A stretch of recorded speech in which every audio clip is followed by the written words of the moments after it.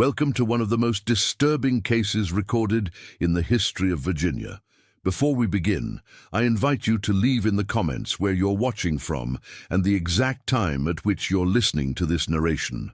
We're interested in knowing which places and what times of day or night these documented accounts reach. In the early autumn of 1856, when the Mayfield estate still stood in all its glory at the edge of Westmoreland County, Virginia, a series of events began that would forever stain the reputation of one of the oldest merchant families in the Commonwealth.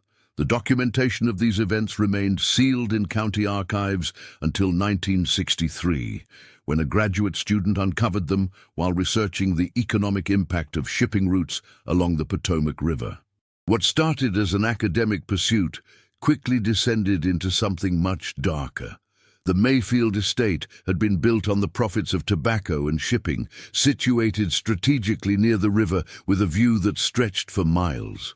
Edward Rowland had taken over the family business after his father-in-law's passing, marrying into the wealth rather than inheriting it directly. His wife, Margaret, had died during childbirth, leaving him alone with their daughter, Clara. By all accounts, found in the parish records and local newspaper clippings, Edward was respected, if not particularly well-liked. His business acumen was undeniable, but there was something in his manner that kept others at a distance. The Westmoreland County Gazette described him as a man of firm constitution and firmer opinions, whose handshake felt like a contract rather than a greeting. Clara Mayfield, 22 years of age according to baptismal records, was her father's opposite in nearly every way. Where he was calculating, she was impulsive. Where he measured value in ledgers and property, she found it in poetry and music. Several accounts from household staff, gathered decades later by local historian Samuel Thornton, described her as possessing a peculiar kind of quiet strength that seemed at odds with her delicate appearance. She had received an education unusual for women of that time. Her father had hired tutors from as far as Richmond and even Philadelphia, perhaps attempting to compensate for the absence of maternal influence. The Mayfield household employed 12 servants, a fact confirmed by tax records from 1855 and 1856. Among them was a man named Isaiah. No last name appears in any official documentation, as was common for enslaved people at that time. According to inventory records from the estate, Isaiah had been purchased 4 years prior from a plantation in North Carolina.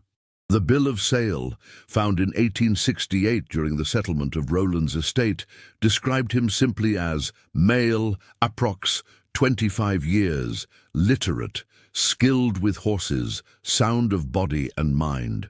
What happened between Isaiah and Clara would later become the subject of whispered conversations and stern warnings throughout Virginia's Tidewater region for years to come.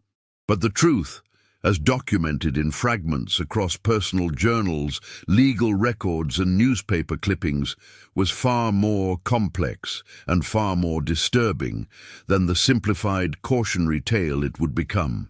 The first indication that something unusual was developing came in the spring of 1856. Edward Rowland's personal ledger, recovered from a locked drawer in his study during the estate inventory, contained an entry dated April 17th. Observed C. Conversing with I. In the stables for the 3rd time this week. Duration of conversation, approx 20 minutes. Topics unknown. Must speak with her about appropriate boundaries with the help. 2 weeks later, another entry read simply, Conversation with C regarding proper household management. She remains stubborn on the matter. Will consider reassigning I to field work if situation continues.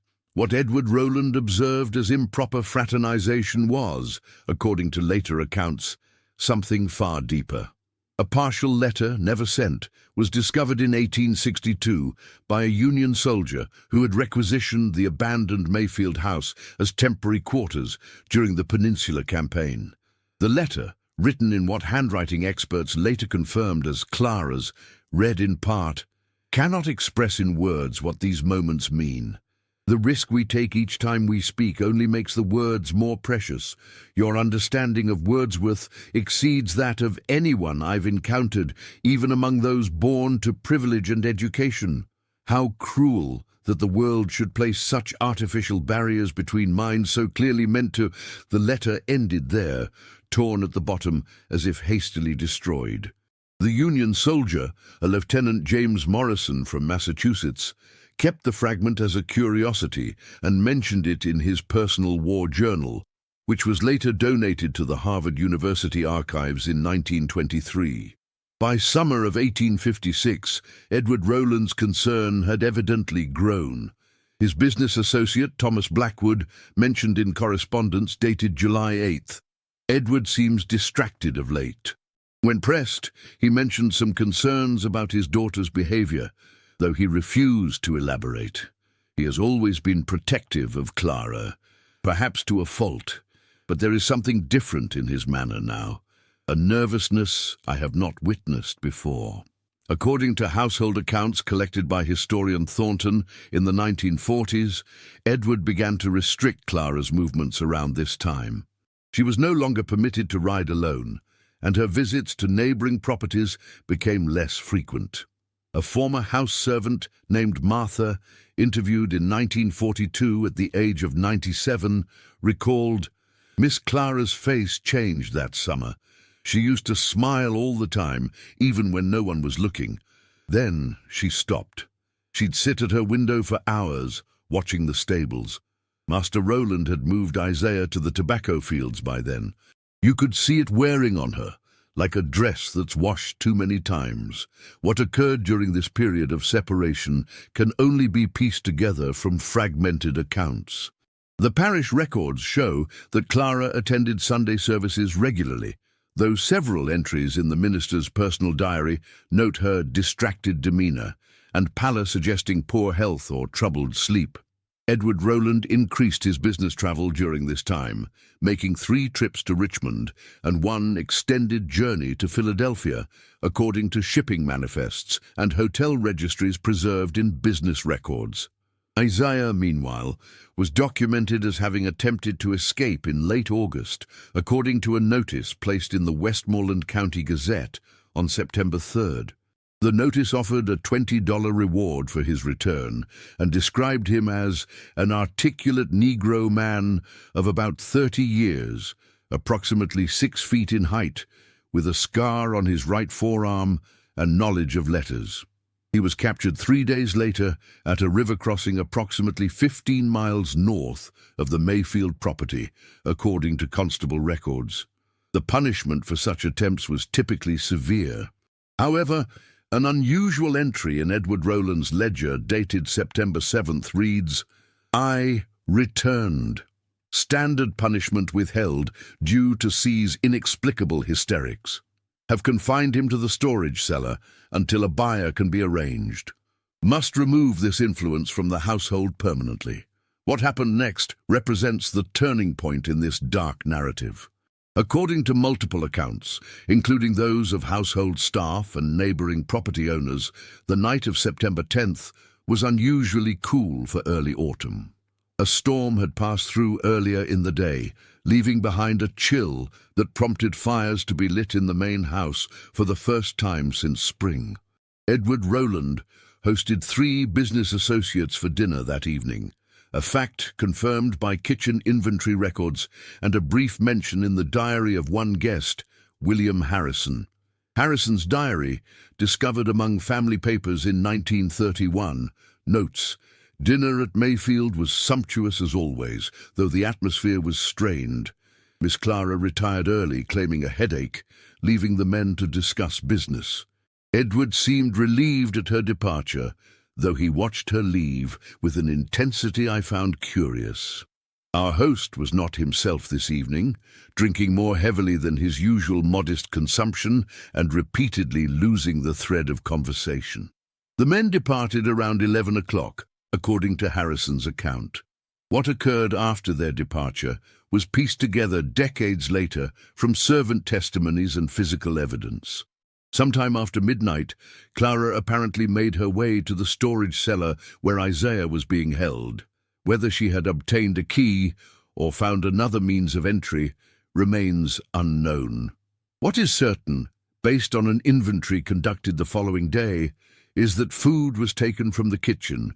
Bread, dried meat, and a small wheel of cheese were noted as missing. 2 horses were also discovered missing from the stables the next morning. Stable hand testimonies, recorded as part of the subsequent investigation, indicated that the animals had been prepared with care, their hooves wrapped in cloth to muffle the sound of their departure. One stable boy reported hearing movement around 3 in the morning but assumed it was Edward Rowland checking on a prize stallion, as he occasionally did when unable to sleep. By dawn, both Clara Mayfield and Isaiah were gone from the property. Edward Rowland's reaction, according to household accounts, was initially one of cold fury. He did not, as might have been expected, immediately alert neighbors or organize a search party. Instead, he locked himself in his study for several hours. When he emerged, according to the housekeeper's later testimony, his face had changed completely, like someone had removed his mask and revealed the real man beneath, and that man was terrified. The official search began that afternoon, with notices sent to neighboring counties and a substantial reward offered. But Edward Rowland's actions suggested a man torn between public duty and private dread. He refused to describe the situation as an abduction, instead referring to it as his daughter being led astray or taken through manipulation. He specifically instructed searchers that Clara was not to be harmed under any circumstances, a curious directive given the standard violent response to such situations in that time and place. For 3 weeks, the search continued without success. Then, on October 2nd, a letter arrived addressed to Edward Rowland. The envelope bore no return address, but was postmarked from Philadelphia. The contents of this letter were not made public during Rowland's lifetime, but it was discovered among his personal effects after his death. Written in Clara's hand, it read, "Father, by the time you receive this, we will be far beyond your reach. Do not waste resources searching for us. What you laughed at as a foolish girl's affection was in truth the most sincere feeling I have ever known. The cruelty you showed in your dismissal of my heart's choice revealed to me a darkness in your character I can no longer ignore. I have learned things about our family's history that sicken me. Isaiah has shared with me the truth about his origins, a truth I suspect you have always known. The resemblance is unmistakable, as are the implications. That you would treat your own blood with such calculated inhumanity confirms what I have long suspected. Your soul is corrupted beyond redemption. We go to begin a new life where such artificial distinctions hold no power. Do not attempt to follow. I retain enough affection for the father you once were to offer this warning. There are documents in Isaiah's possession that would destroy you and the Mayfield name should they become public. Live your remaining years in the knowledge that your secrets remain safe only through our continued freedom. I leave behind the Mayfield name and all its tainted privilege. Clara." The implications of this letter sent shockwaves through the household. No copy exists in public records. Edward Rowland apparently destroyed the original after reading it, but not before his longtime house servant Abigail glimpsed its contents. Her testimony, given in 1872 as part of an unrelated property dispute, provided the only contemporary account of the letter's contents. The full text was only recovered in 1949, when Clara's personal journal was discovered in a collection of papers donated to the Philadelphia Historical Society by the family of a prominent Quaker abolitionist. Edward Rowland's reaction to the letter was immediate and severe. According to household accounts, he dismissed 3 servants that same day, all of whom had worked closely with Isaiah. He then ordered the small cabin where Isaiah had lived at the edge of the property to be emptied and burned. Most tellingly, he withdrew the reward and called off the search entirely, claiming publicly that he now believed his daughter had perished during the escape attempt. This explanation was accepted with some skepticism by the community, but without evidence to the contrary, it eventually became the official narrative. For the next several months, Edward Rowland's behavior grew increasingly erratic. Business associates noted his distraction and uncharacteristic errors in judgment. He began to drink heavily, according to household accounts, and was often heard pacing his study late into the night. In December of 1856, he abruptly sold a significant portion of his tobacco fields at well below market value, and used the proceeds to purchase a substantial amount of additional land along the river. Land that had no obvious agricultural or commercial value. The purpose of this purchase became clear only in the spring of 1857, when Rowland began extensive excavations on the newly acquired property. Ostensibly searching for suitable clay deposits for brickmaking, the operation involved an unusual number of workers and continued even after preliminary digging revealed no valuable materials. Local rumors suggested he was searching for something specific, though what that might be was never determined. After 3 months of fruitless digging, the project was abandoned. Edward Rowland retreated further into isolation, rarely leaving the estate except for necessary business. According to church records, he stopped attending services entirely, and his contributions to local charitable causes, previously substantial and regular, ceased. In October of 1857, exactly 1 year after receiving Clara's letter, Edward Rowland was found dead in his study. The official cause of death was recorded as apoplexy, though modern medical historians reviewing the described symptoms suggest alcohol poisoning or possibly suicide as more likely explanations. He was discovered by his housekeeper, seated at his desk with a leather-bound journal open before him. The final entry, dated the night of his death, read simply, "I hear her laughter in the hallways. She knows, they both know."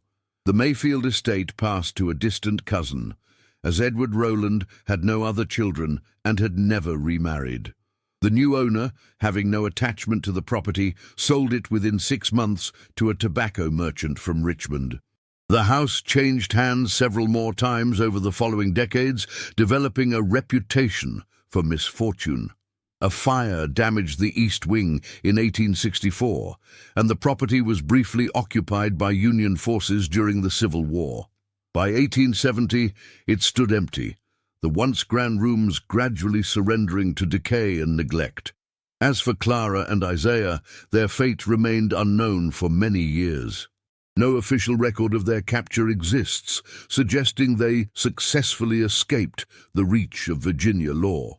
The Philadelphia connection mentioned in Clara's letter offered a tantalizing clue, but extensive searches of census records and church registries from that period revealed no conclusive evidence of their presence. Then, in 1959, a remarkable discovery was made in the archives of the Pennsylvania Anti-Slavery Society. Among a collection of personal accounts from escaped slaves and their supporters was a brief entry dated May 1857. It described a recently arrived couple of unusual circumstances. The woman formerly of high social standing in Virginia, her companion a man of exceptional education despite his former enslaved status. The entry noted that they had been provided with funds and letters of introduction to contacts in Montreal, where sympathy for their situation might be greater and legal protections more secure. Canadian records from this period are incomplete, but a church registry from a small parish outside Montreal lists a marriage in July 1857 between a Clara M. and Isaiah F. The newly adopted surname redacted in the document, but beginning with F. The registry describes them as recent arrivals from the United States seeking refuge and God's blessing upon their union.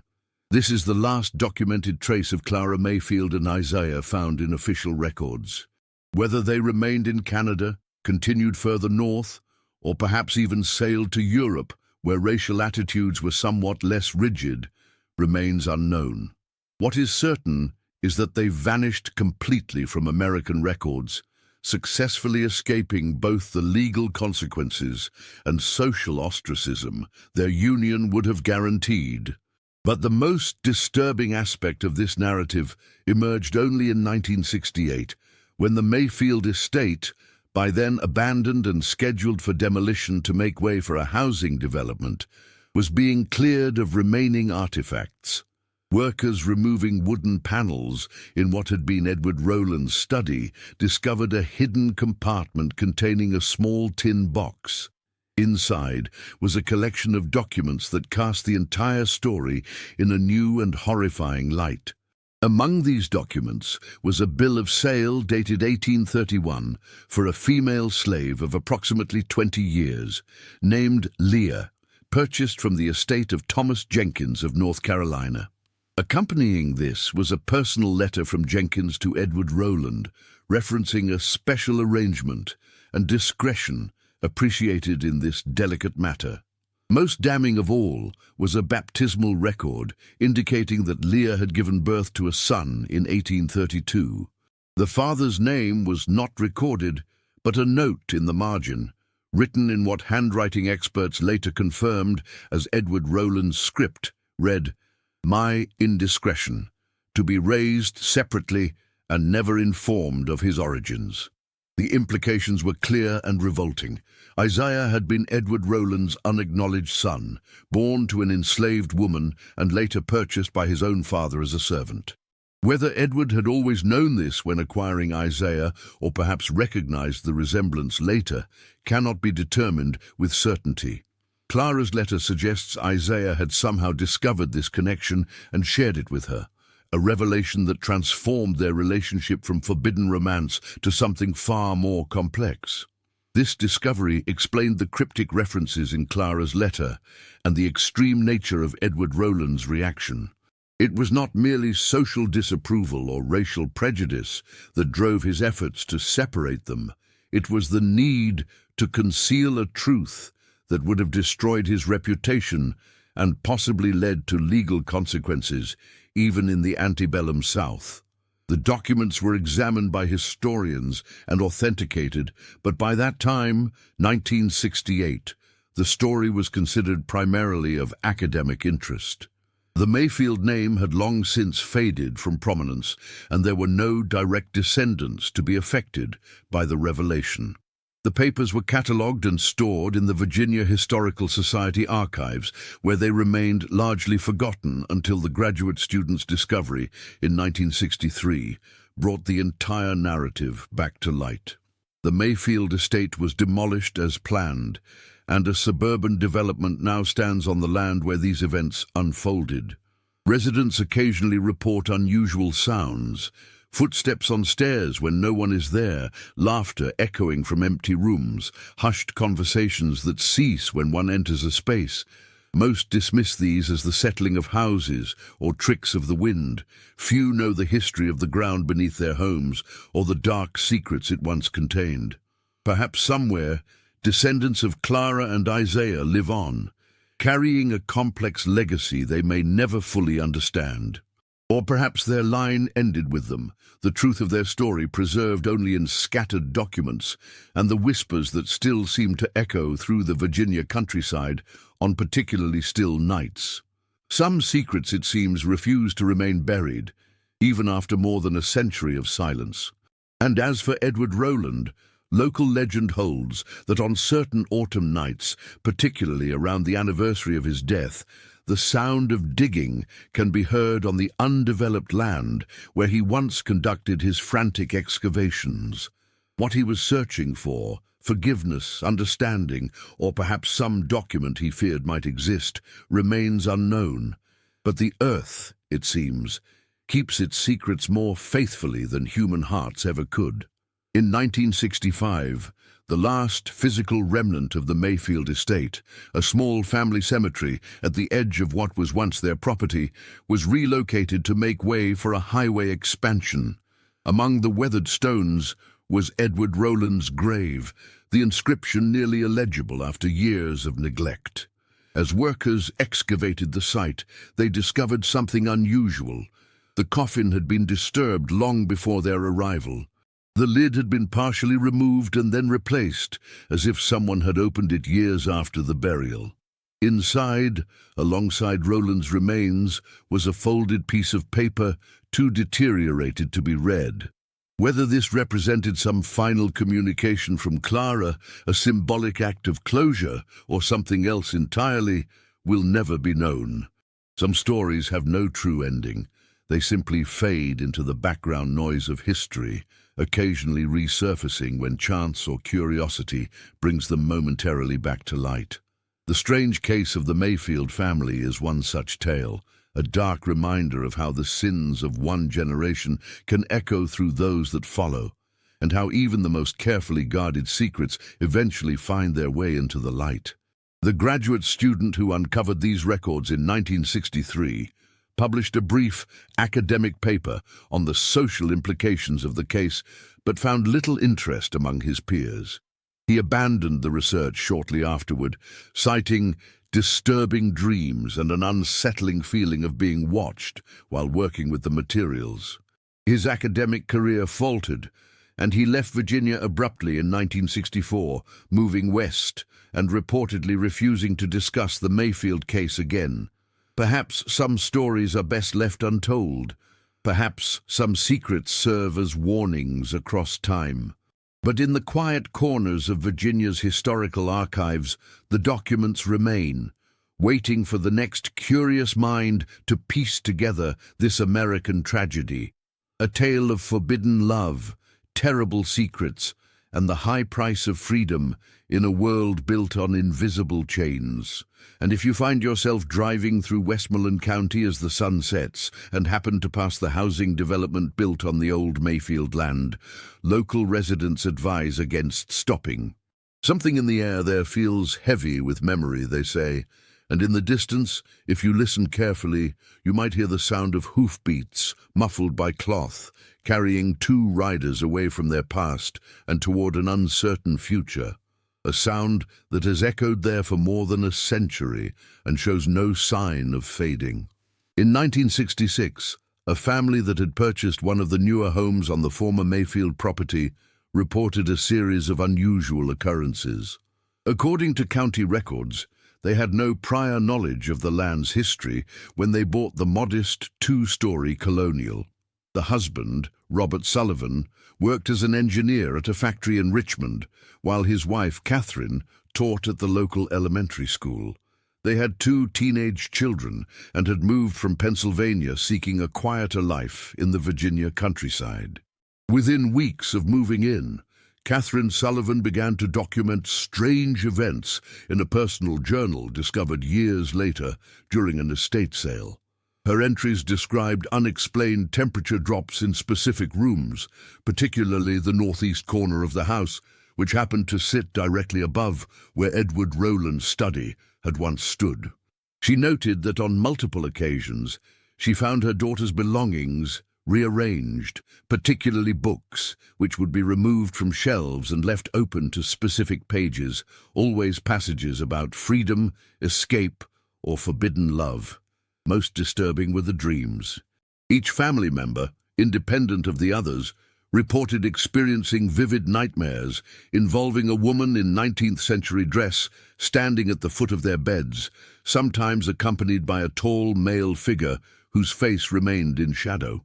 In Catherine's journal she wrote, "I cannot explain it, but in the dream I somehow know she is trying to tell me something, to warn me or perhaps to confess.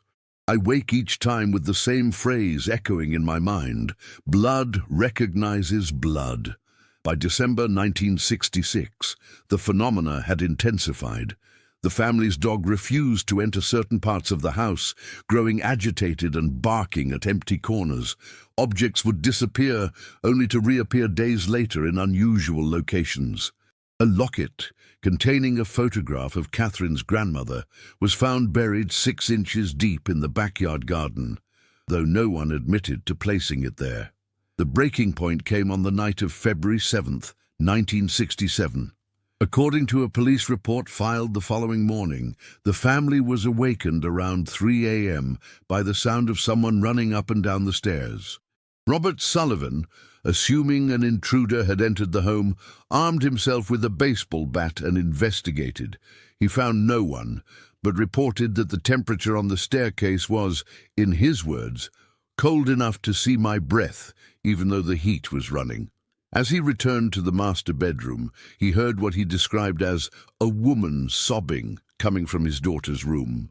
He rushed in to find his 16-year-old daughter sitting upright in bed, eyes open but seemingly unaware of his presence. According to his statement, she was speaking in a voice entirely unlike her own, deeper, with an accent he described as old Virginia aristocracy. The words she spoke, which Robert Sullivan wrote down immediately afterward, were, "He knows. Father knows what he did. The grave won't hold the truth any longer." The family vacated the house that same night, staying with neighbors until they could arrange temporary accommodation. They never returned to live in the home, selling it at a significant loss 2 months later. In the disclosure statement, Robert Sullivan wrote simply, "House has unresolved issues that make it unsuitable for our family." The new owners, unaware of or undeterred by the previous family's experience, moved in during the summer of 1967. Within 4 months, they too had left, citing personal reasons for their hasty departure. The property changed hands 3 more times over the next decade, never housing any family for longer than 18 months. Local real estate agents eventually began warning potential buyers, though always in carefully worded terms, to avoid liability or accusations of perpetuating superstition. In 1978, a paranormal research team from Duke University requested permission to conduct an investigation of the property, which was vacant at the time. County records show that their permit was initially approved but mysteriously revoked 3 days before the scheduled study. No official explanation was provided, though unofficial accounts suggest pressure from several prominent local families who feared unwanted attention to the area's complex and often troubling history. The most comprehensive attempt to understand the phenomena associated with the former Mayfield estate came in 1983, when historian Dr. Eleanor Whitfield, an expert in 19th-century Southern domestic life, purchased the property with the explicit intention of researching its past. Dr. Whitfield's academic credentials and methodical approach brought a level of legitimacy to the investigation that previous efforts had lacked. For 2 years, Dr. Whitfield lived in the house while conducting extensive research in local archives, interviewing descendants of families who had known the Rowlands and documenting her own experiences in the home.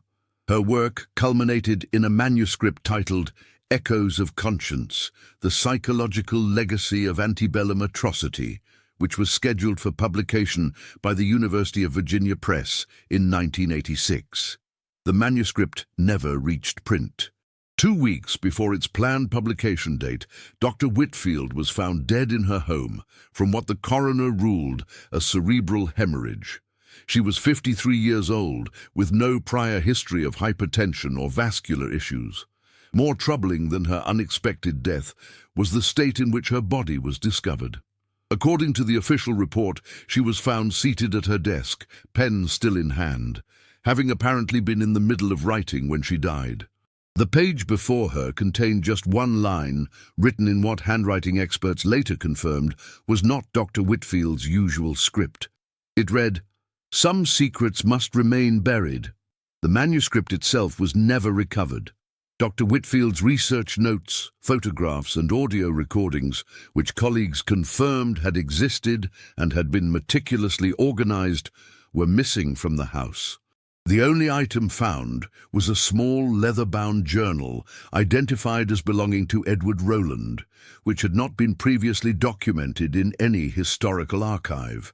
The journal contained mostly mundane business entries, but the final pages had been torn out.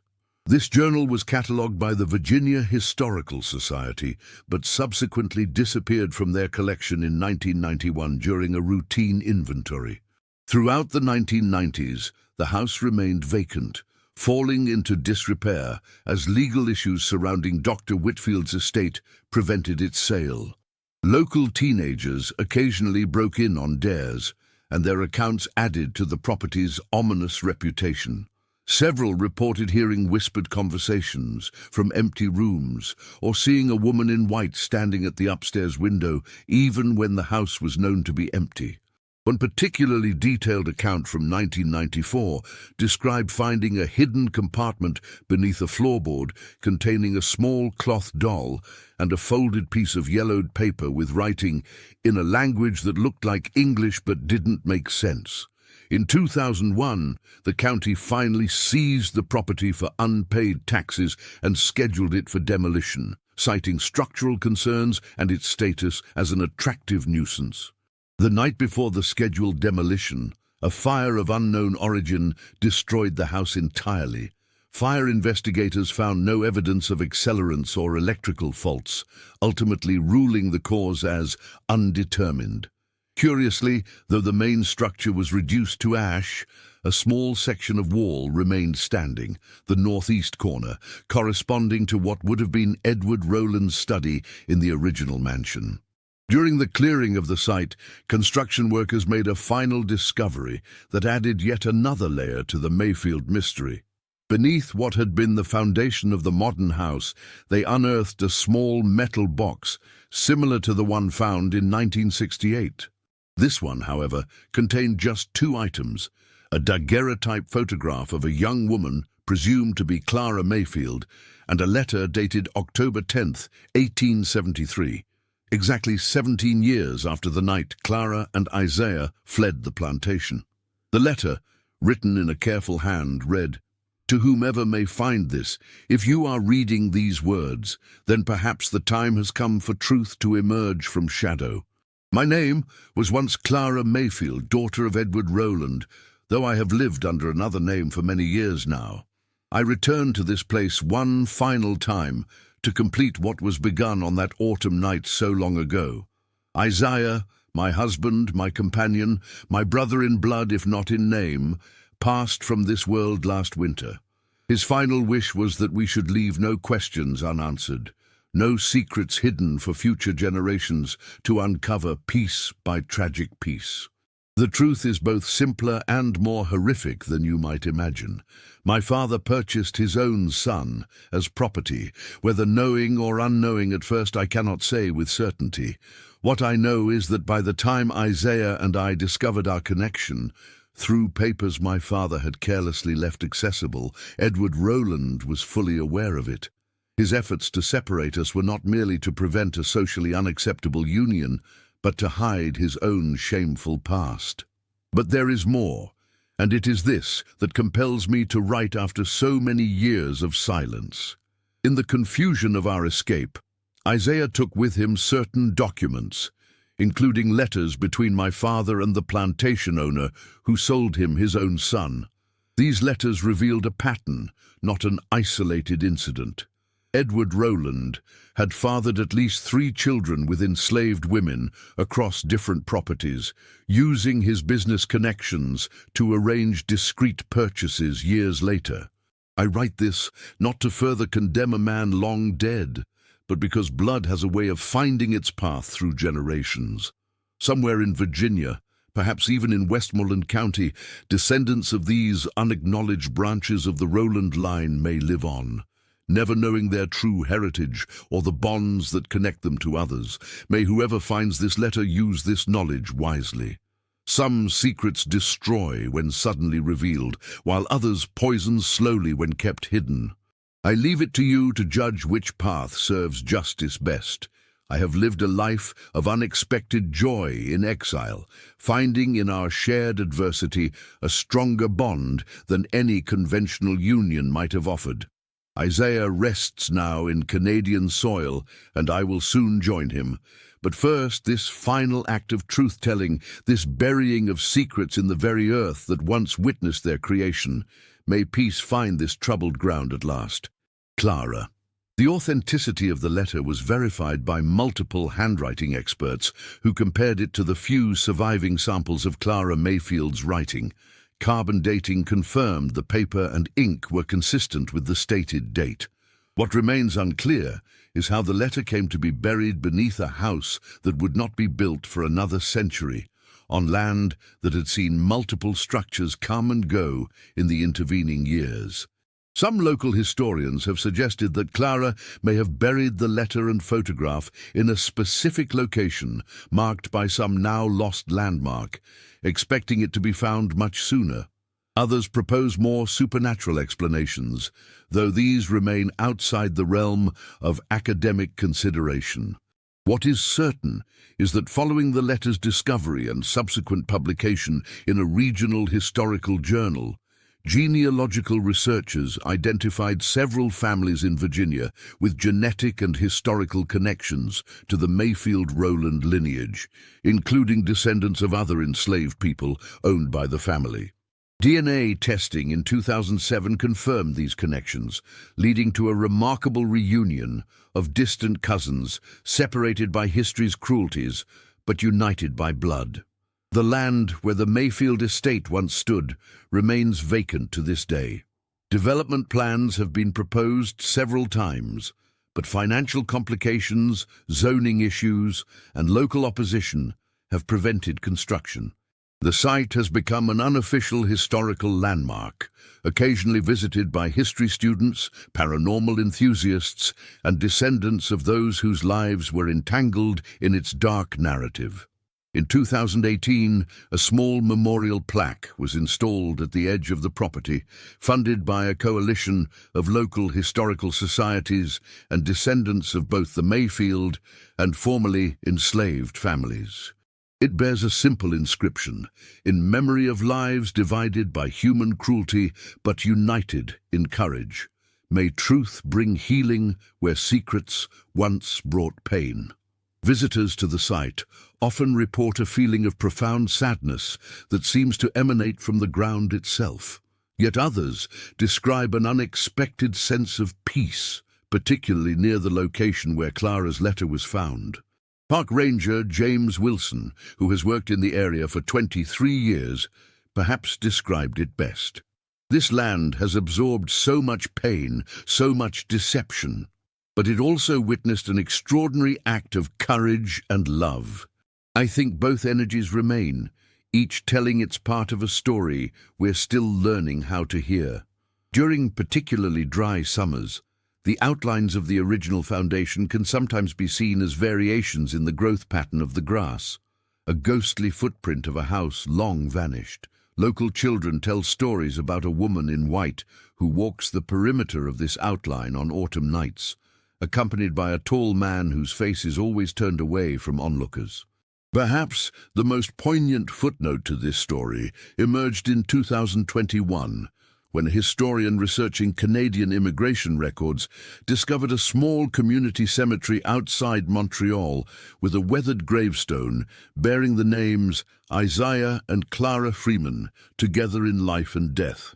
The dates indicated that Clara had outlived her husband by nearly 20 years, passing away in 1892 at the age of 58.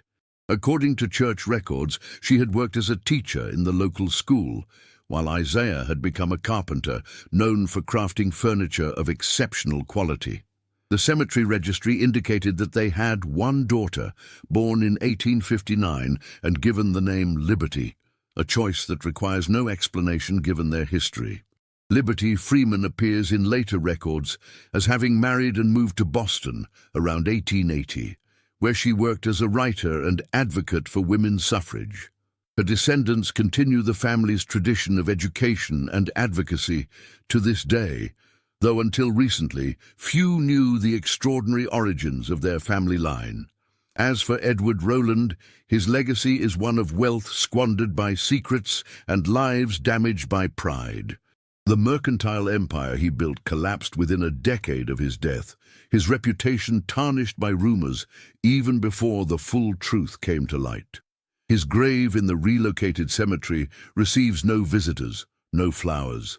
Only historians and the occasional curious descendant of those whose lives he altered seek it out, and then only to complete their understanding of a narrative that spans generations. Some say that on the anniversary of Clara and Isaiah's escape, September 10th, the sound of cloth-muffled hoofbeats can be heard in Westmoreland County, moving from the site of the old estate toward the north.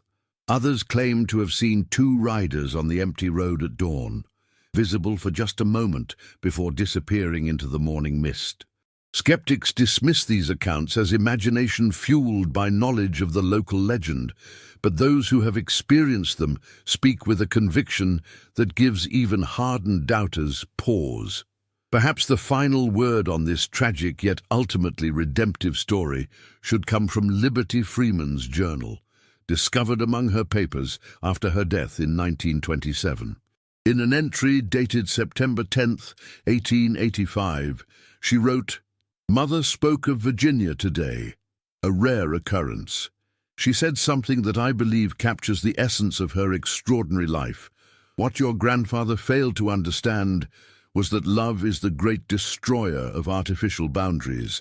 It looks at the walls men build between human hearts, walls of race, class, family connection, and recognizes them for what they are, imaginary lines drawn by fear. My father laughed at what he could not understand. In doing so, he lost everything, while I, in choosing love despite the cost, gained the only freedom that truly matters." We who inherit this complicated legacy can only strive to honor the courage it represents and ensure that the hard-won wisdom purchased through such suffering is never forgotten. The merchant laughed, but history, it seems, has had the final word. The development that now stands near the site of the original Mayfield estate is called Freeman's Crossing, a name chosen long before the full story came to light, in what some might call coincidence, but others might see as another echo of a past refusing to be silenced. Residents report that it is a peaceful place to live, though many keep a small candle burning in their windows on September 10th, a tradition whose origins few can explain, but most feel compelled to maintain. And so the story of Clara Mayfield and Isaiah continues to resonate across time, a dark tale illuminated by unexpected courage, a tragic history redeemed by the power of truth finally spoken. In archives and memories, in whispered local legends and academic papers, in DNA carried by descendants who may never know the full story of their origins, the echoes continue. Some secrets refuse to remain buried. Some truths demand to be heard, even if it takes centuries for them to find their voice. For those who study such histories, the Mayfield case stands as a reminder that the past is never truly past, that actions echo across generations in ways their perpetrators could never imagine. And for those sensitive to such things, the land itself remains a testament to both the darkest aspects of human nature and its most transcendent possibilities. A living memorial to what can be lost through deception and what can be gained through the simple revolutionary act of recognizing our shared humanity. The ground remembers, even when human memory fails. And sometimes, if we listen carefully to its whispers, we might learn the lessons that matter most, about courage, about truth, about the invisible threads that connect us all, whether we acknowledge them or not. In the end, perhaps that is Clara and Isaiah's most enduring legacy, not the scandal of their departure, but the truth they refused to let remain buried, a truth that continues to emerge, piece by piece, into the light.